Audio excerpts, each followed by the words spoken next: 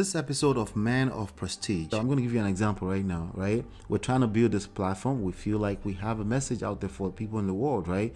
I could go in people's inboxes on their DMs and I message them. And I've done that before, but I know when to back out and back off from that, because ultimately my work will basically showcase itself.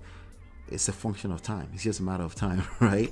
But if I go in there and start pounding somebody's DMs and start, eventually I'm going to come off as a nuisance and like I need them to make things happen, and they don't get to decide it. They're going to find me unattractive. That's just how life works, right? Why? Number one, I'm readily available. I'm right there. That means I have nothing better to do with my life. This is not something they're thinking. It's something that's naturally the way their brain and their mind is processing what is going on, right? So now if suddenly this platform blows up into 20,000, 30,000, 100,000, if suddenly that happens, right? All right, 3 pillars that makes an attractive man. You want to be an attractive man? I'm going to share 3 things with you, okay? It probably has nothing to do with what you know already before, okay? It probably has a lot to do with everything you did not know. Okay, there's a good chance if you've stumbled into this video, people that consider themselves attractive generally may not even click into this video. Well, I admit some people are just curious. Okay, if you're curious, I think you'll find some value in these 3 pillars that I want to share with you. These are not absolute truth, okay? They are just things to invoke your thinking again, to get you into a place where you can start to feel again, because I believe like if you're not feeling in life, you're missing out effectively on life and love.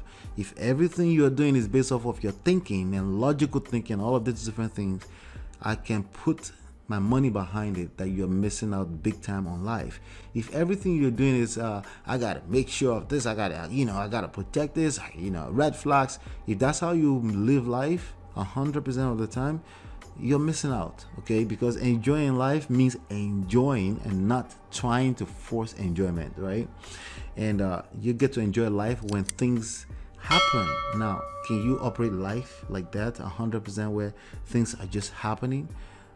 No, that's not good. You want to make things happen as well, right? So I definitely encourage some thinking and logical thinking and things like that. I just want you to understand there's a limitations to how far that can take you. So with that being said, how to be an attractive man. What makes up an attractive man? What is it that makes you an attractive man to a young lady, right? There are 3 pillars of it, and I want to share that with you. Number three is perception. Okay, perception is a function of so many things: your religion, your culture, where you live, what country you live in, dimensions that you operate in, how you were raised, how you were programmed, right? Perception is a lot of those things. Now, when you collect data over time, you can create a standard, right? And obviously you can create pageant shows and things like that. You can do the Kevin Samuel thing and say, hey, this one is a 4/10 and stuff like that. But in the grand scheme of things, when it comes down to the individual level, and we're not running the pageant shows here, it's perception. It's in the eyes of the beholder, right? What's pretty to you may not be pretty for the next person. The same thing for the young ladies out there. What's handsome to them may not be handsome for the next girl over, right? What I've found for me personally in my experience is that light-skinned girls tend to like dark-skinned girls, and vice versa. Dark-skinned girls tend to like light-skinned girls. That's what I've seen. Does that make that the absolute truth? Absolutely not, right?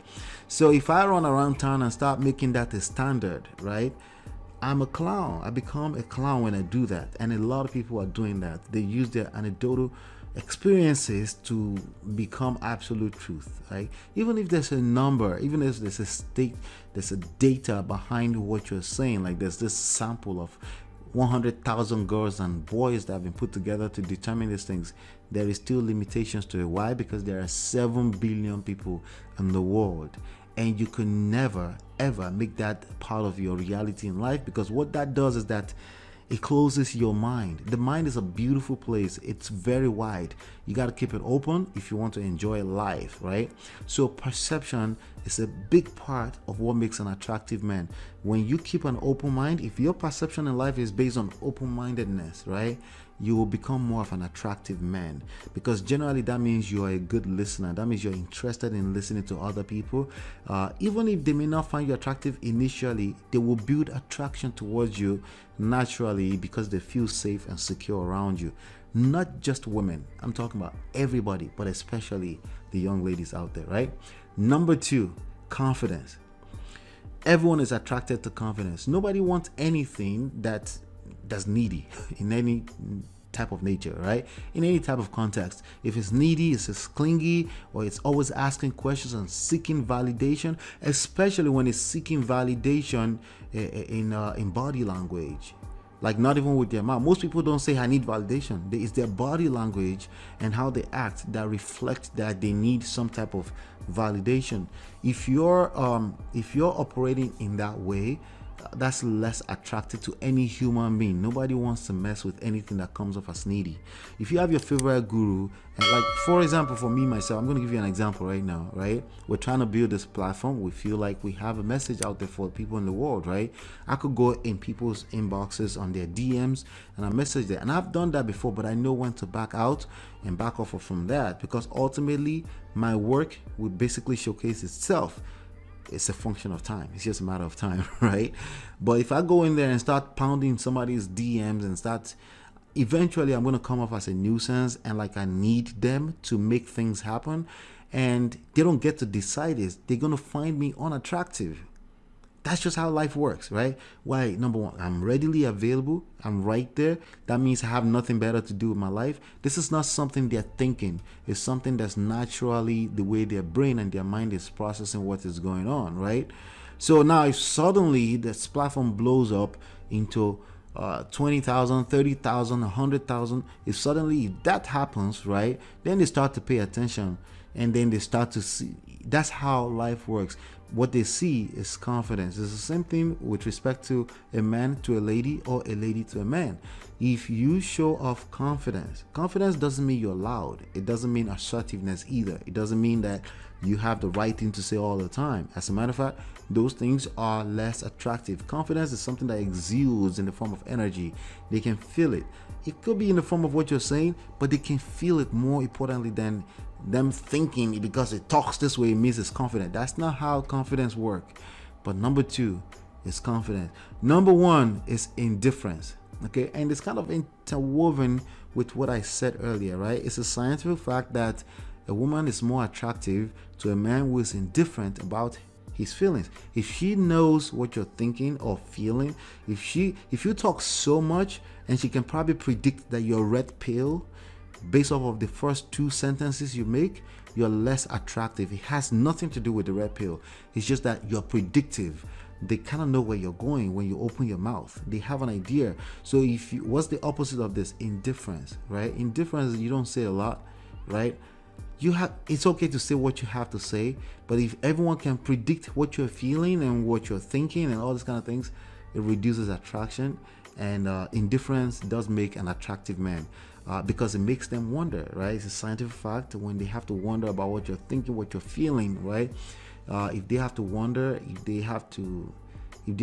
makes them more interested. There's nothing to be interested in if you pour everything out there and you talk way too much.